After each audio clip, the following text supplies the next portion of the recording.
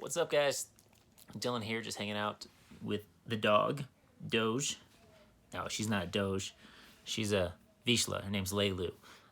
She's not a Shiba Inu like the Dogecoin dog. It is a cute dog, but not a huge fan of Shibas. They're cool. No offense if you own a Shiba.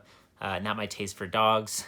No offense if you own Doge. This is not meant to tear you down. This is not meant to trash the currency.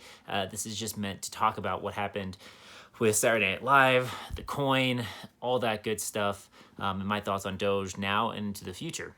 So let's get into it. So if you've not been under a rock, then you know all about Dogecoin. If you have been, Dogecoin is a cryptocurrency, and it's one of the most mainstream ones because of how easily accessible it is. Right, Dogecoin, you can get it on Robinhood, you can get it on many of the crypto exchanges, not Coinbase, and several other places allow Dogecoin. It's been hyped up by Elon Musk and Mark Cuban and celebrities and influencers alike on social media, in part because it's a huge opportunity to make some quick money. I've talked about this in my other videos, and it's not bad if you're just learning about it, the idea behind it. There's a lot of cool things, but it was started as a joke. And it's a coin that has no utility or no functional value at this point in time, right? It's not being used for anything. Of course, I think Mark Cuban said you can buy tickets to his games, to the Dallas Mavericks basketball games with it, and things like that. But other than that, it's, a few people are adopting it, but it's mostly just retail investors, people like you and I, right, not big institutions that are speculating on it. So the majority of people, if you go online, look at these forums, look at people talking about Doge, right, they're doing all this stuff with memes and stuff saying to the moon, right? And it's so much hype. And why is that a problem? What should you know about that? How should you look at it? Well, it's a problem because the last thing you want is to put your money in an asset that, to seriously invest your money. Again, I'm not a financial advisor. This is just my opinions, things I've learned, things I'm sharing. And anyways, so the last thing you want is to put an investment, money that you would invest. So think about it like this. You have money that you want to invest, and you worked hard for this money. You earned it. Maybe it was passed down to you. Maybe you sold the house. Maybe it's just been money that you've saved up over the years, and you want to put it in something you can grow, that you want to invest. And you don't want to be putting that money, typically, into something that's has most of its value from speculation, meaning most of its value is there because people put their money in expecting it to go up, right? Because as soon as the market changes, as soon as some bad news goes that way for those people, and like retail investor people, right, not like big institutions, as soon as something like some bad news happens, it's so easy for them to pull their money out. Right? It's so easy for someone to be like, I no longer feel it, right? I'm not vibing with Dogecoin today or whatever it is, right? And so it's so easy for them to take their money out. And that can create cascading effects because, people don't act necessarily rationally when it comes to investing, especially with cryptos. And people don't really act rationally just in general. We like to think we're all rational actors, but, more times than not, we do things irrationally. So if you put your money in something like that, you're mostly just gambling, right? You're speculating that's going to go up. You're not investing in something that you think provides a quality good or service for people. You're speculating that's going to go up and they'll make you more money. And what are you going to do, right, when that goes up in price? Chances are you'll take your money out. And if more people do that, then the price will go down because they're no longer investing in the thing, right? And the thing doesn't do anything. It's not being used continuously. So it's kind of like a catch-22 with Doge. Things like that is, in order for it to be used and get adoption, more people have to put their money in, but it actually has to be used. People can't be taking their money out of the Doge ecosystem. And how do you make that happen? Well, I don't know. But one way traditionally something can get adopted is if you get more institutional investors, bigger businesses that put their money in it, right? Because they move more slowly than the average retail investor. So they can't just change their minds about something overnight. Right? I guess they could, but they're not going to, right? That's not a really good investment strategy. And if you're investing millions to billions of dollars in something, you're going to do your due diligence and you're going to have a plan, and you're probably not looking at a weekly time frame, right? You're probably looking at a multi-year time frame, right? 1 year would be short, 4, 5, 10 years, right? You're making a significant investment, and you're going to have more rewards if you invest in something that has potential to grow over the course of 4, 5, 6, 7, 8, 9, 10 or more years versus something that just is a flash in the pan and might disappear in a month. Okay, so when money like that moves into something, it becomes more stable.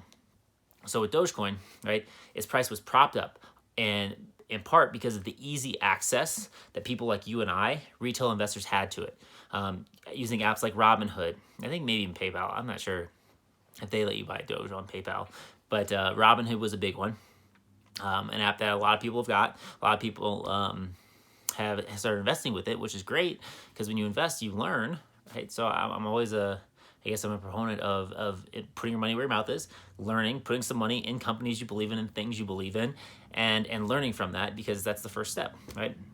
Anyways, it made it easy for people to get access to it.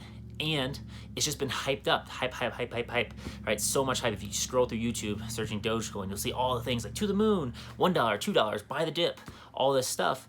And I'm not saying that there isn't some good advice out there, but it's just you have to be careful when all the the price is just based on hype, right? Because if it dies down, or if something's so hyped up, people get burnt out on it. Especially, it seems like that kind of happened with the whole Saturday Night Live thing. Everyone was so excited for Elon Musk to go on Saturday Night Live and talk about Dogecoin. They were having watch parties and all that, and the coin, I think it went up to like 72, 74 cents, and then dropped off, right, and went down into the 40s. I think it's right in the 50s or so, because I think people that got in their positions around 50 cents or so, where it was kind of consolidating the week prior to that Saturday Night Live event, they all took their profits, liquidated, and maybe some other people bought back in, right? Maybe people that are holding when it was consolidating lower, because before that, right, they had different levels of consolidation. If you look at the timeline of Doge, you have where it was before beginning of January, which was like less than 5 cents. It spiked up to 8 cents, went down to 5, pretty much hovered around 2 to 5 cents from like January, February to beginning of April, where then it shot to like 8 or 11 cents, right? And then really spiked up to like 40 cents, 50 cents, and then dropped off immediately and was hovering around 20 to 30 cents. And then it was around 30 cents or so, and then it gradually moved up to around 40, 50, and people are like, oh my gosh, we're gonna get to $1. So these are different consolidation points that people have invested in, right, at different amounts. And the people that are in the beginning, right, good for them, like they're still in the money, right? They're still making money, or they have a profitable position. But anyone who came in after 30 cents, is their positions are looking less and less profitable. So those people will be more likely to pull out. As money gets pulled out of Dogecoin, right, the value will go down. So it's just something to know. And people are talking about, could it go to $1? Could it go to $2? And what would it take for that to happen? And so one way to look at it, and to do a quick calculation, is look at how many coins are out there. There's 129 billion coins. So look at then the price, so $1. If it went to $1, the market cap of Dogecoin would have to be 129 billion. Okay. Now, what does that mean, right? In a vacuum, it doesn't really mean anything by itself. So you have to then be like, okay, what else has market caps that I can compare it to? What are similar things? So two go-tos are Bitcoin and Ethereum, right? Those are the top two crypto currencies. Binance coin, BNB is another coin to check out as the top coins. So look at what their market cap is. Look at what they do. Look who's invested in them, right? And how they got there. So Dogecoin, to get to $1, would have to be 129 billion, right? Which is small compared to what Bitcoin is, which is about 1 trillion right now. But it's not small compared to where Bitcoin was 6 months ago, okay? Bitcoin, I think 6 months ago, was like it was 200 to 300 billion, okay? So it's just like thinking about this in that context is like, so how could Doge go up, right? If people are like, Doge going to $10, well, Dogecoin would have to be worth more than Bitcoin is for it to go to $10, right? $2, it'd have to be like 260 billion. So $10, obviously 10 times 129 billion. It's going to put you at, 1.29 trillion, which is more than Bitcoin. So it's like, okay, if it is going to go there, where's that money going to come from? So you have to start asking yourself these questions. Where's the money is going to come from, and what does it actually do? What type of adoption does it have to have in order to get to that levels? I'm not saying that's impossible. What I'm saying is you need to judge the likelihood of it before you just see like a comment on YouTube saying Dogecoin to $10, and you're like, oh shit, it's at 50 cents now. I should put all my money in it. No, that's not necessarily a good idea. So you just want to think about these things. And think about these things on other coins you look into and invest in, and understand like the newer the coin is, the more risk there is, because it's unproven, it's new, right? Most coins that are made have failed. So you always want to be calculating these things and thinking about, what is my opportunity with this one? Why am I investing? Am I investing in it just to speculate? Are other people investing in this just to speculate? And if so, it's like, then that's not necessarily a bad thing. Just knowing that that's the type of investment you're making, it's more, you're gonna have a lot more risk. But if you're investing in something because you believe it delivers a quality service, right? It provides value, it has growth potential, and it's used for more than just speculation, then those are other elements you can consider, and that might reduce the risk and provide you more of a stable return, or more likelihood of that's a safer investment vehicle. These are just my thoughts, right? Opinions, not financial advice. But these are things you can think about, especially as you go in the crypto market. There's so much hype, right? Another thing is that, and I'll end with this, is that you want to be careful investing in things that can be so manipulated, right? If a tweet from Elon Musk can make something go up, 50%, 100%, that's not necessarily it's something to know about. I think they call it the Musk effect, right? Where he talks about something and it can go up, and that's a real thing. But you want to be wary about that, because what if he tweets against it, right? What if he no longer likes something? Just because he says he likes something once doesn't mean he'll like it, in the future. So you don't want your asset that you're investing in to be so influenced by the opinions of one person, right? And so that's what all these influencers and things like that on YouTube, they got in on Dogecoin. They're talking about Doge, everywhere Doge, right? Everyone talks about Doge like this past week. So you're seeing it everywhere, but it's being so manipulated by the constant media attention. The constant attention influencers, celebrities, and stuff are giving it, rather than what it's actually doing.